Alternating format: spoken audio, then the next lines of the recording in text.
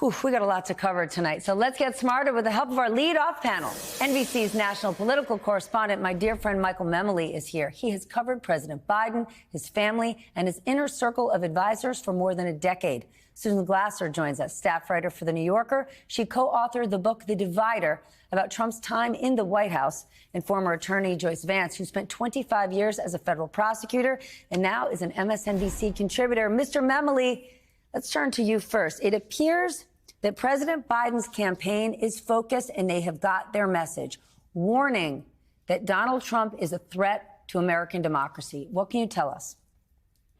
Yes, Steph, when we, of course, remember how President Biden kicked off his 2020 campaign, which was talking about a battle for the soul of America. And now, as we turn the calendar to 2024, the very first public speech we're going to hear from President Biden is going to make it clear that he feels that this fight for the soul of this country is still very much engaged. Now, this is a significant, albeit potentially a temporary shift, though, from what we have been hearing from the president. Because if you look back at 2023, not at what the campaign was saying in press releases, but what we saw from the paid advertising that the campaign was putting before swing voters across the country, it was about the economy. When we look at not what the president was saying behind closed doors to campaign donors, but what he was doing in his public events traveling across the country, it was talking about the economy, his legislative accomplishments.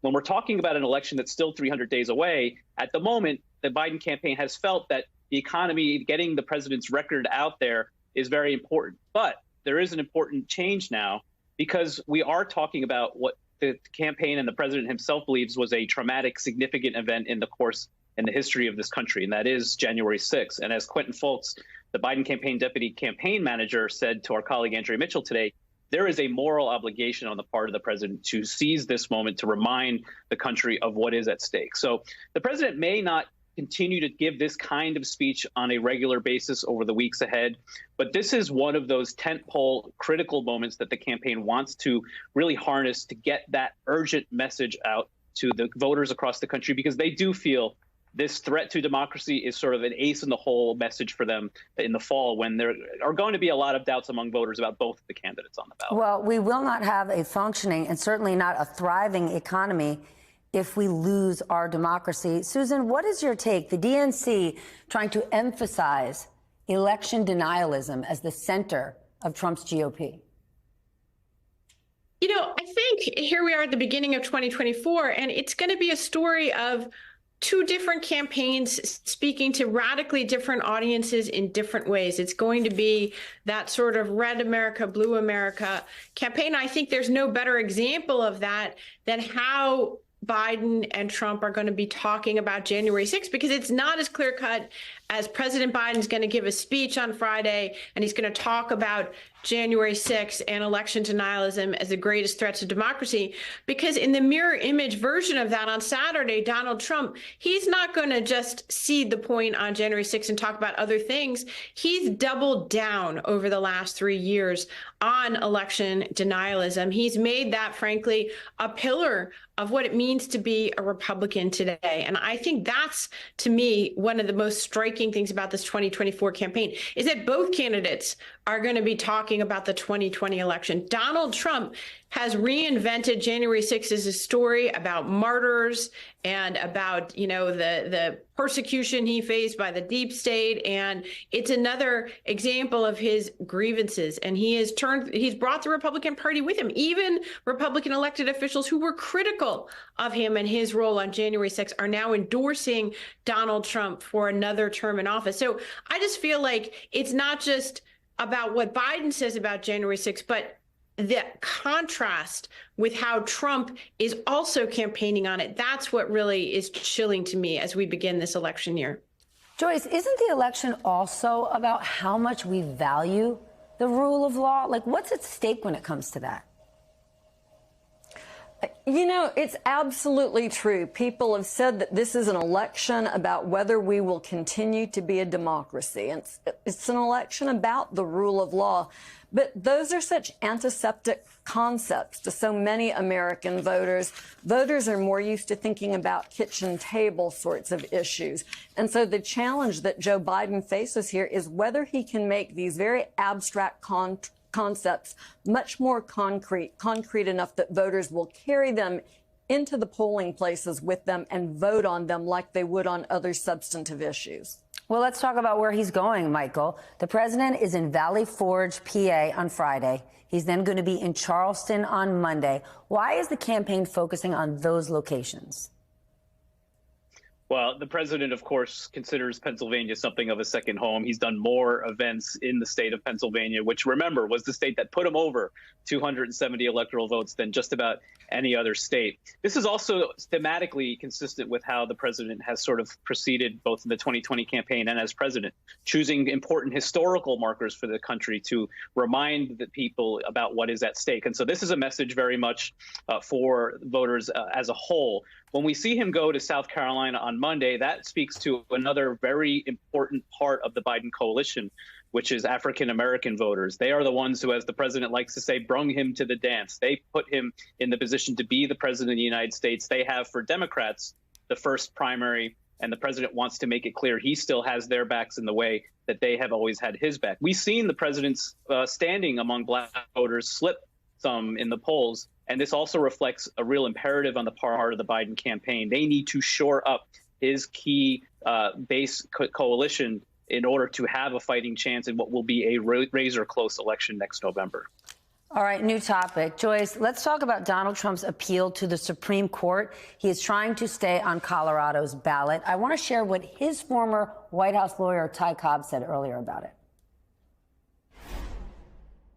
I don't think they'll reach the issue of was it or was it not an insurrection. I think the issue is not whether or not Trump participated or gave aid and comfort to insurrectionists, but whether Article 3 of the 14th Amendment actually applies to the president. And I think there,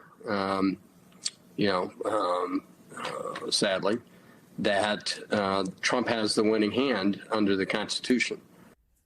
But, Joyce, I want to share Trump's lawyers. The first thing they write in their appeal, it is a fundamental principle that the people should choose whom they please to govern them. How ironic is that when you think about what this whole thing is about?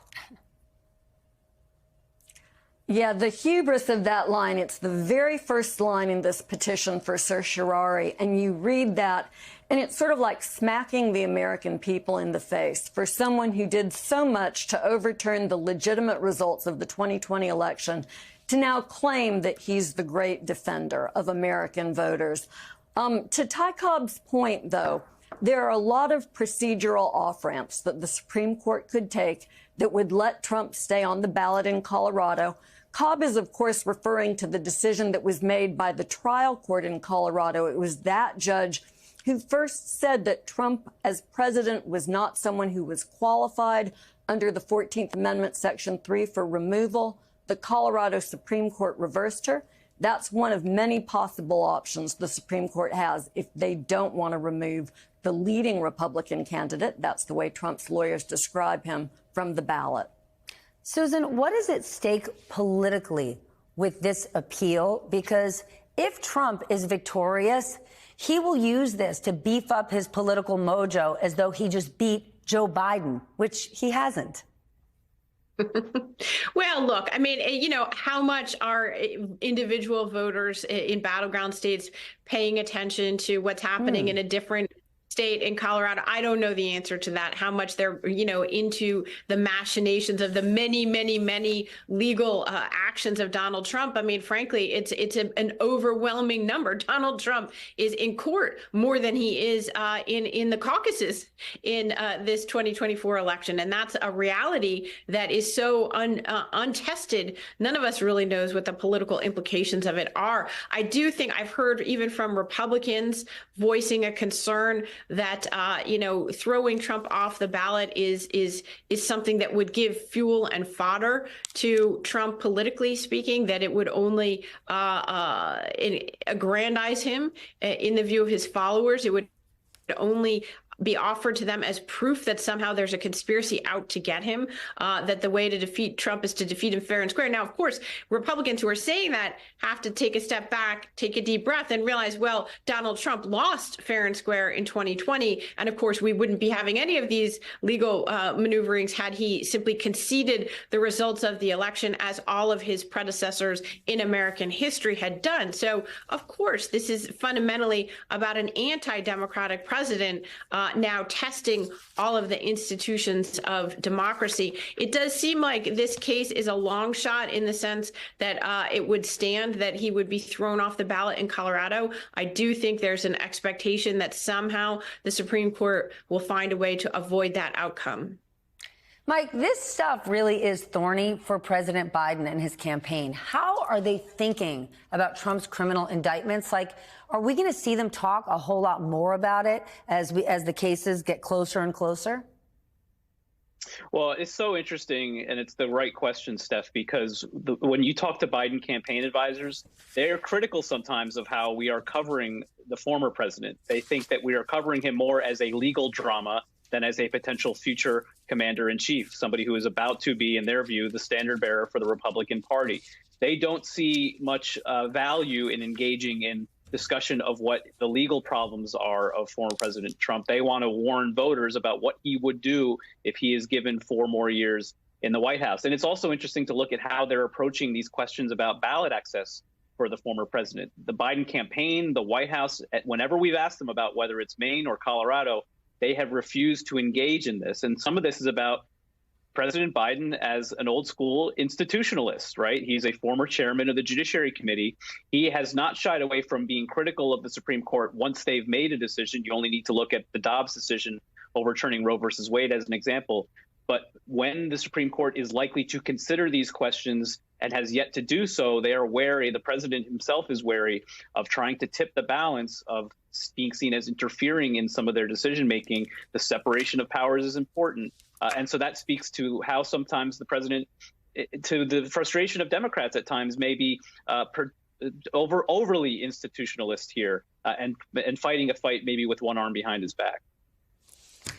My goodness, it is complicated and could not be more important.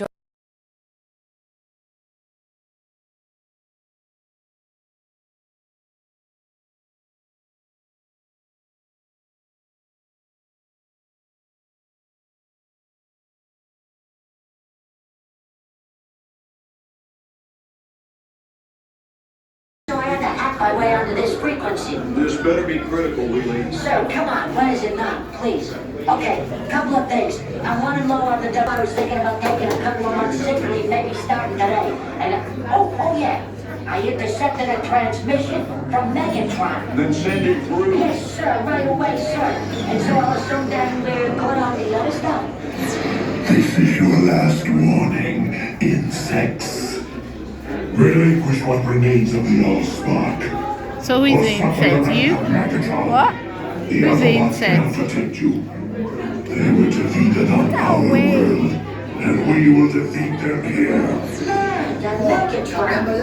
This was just a diversion. Security teams bring up. Rabbit, she's already inside. Deeds! Give me an update on that reserve. What's readiness? What was his name?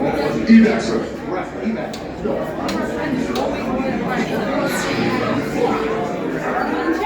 She's right in front.